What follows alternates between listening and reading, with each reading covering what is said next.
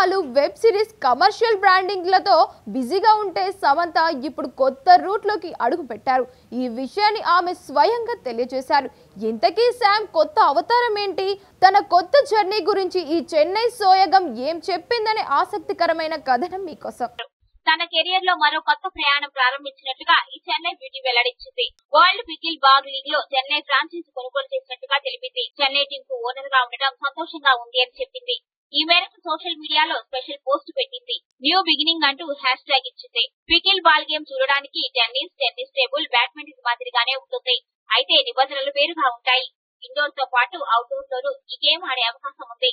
Singles లో 2, doubles లో 4 ఈ ఆటను ఆడతారు. పికిల్ బాల్ ఆటను చూసిన తొలిసారే దాంతో ప్రేమను పడ్డాను అని చెప్పింది.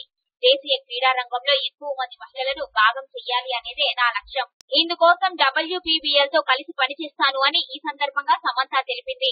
యాక్టింగ్ విషయానికి వస్తే ఇప్పటికే the family man season 2 honey బన్నీతో నటించిన సమంత త్వరలోనే రక్త బ్రహ్మాండ్ అనే మరో సిరీస్ లో నటించనుంది. రాజన్ DK నిర్మాణ సారథ్యంలో తుంబాడ్ ఫేమ్ రాహి అనిల్ బార్ని దర్శకత్వంలో రూపొందబోయే periodical fantasy web series Netflix లో స్ట్రీమింగ్ కానుంది.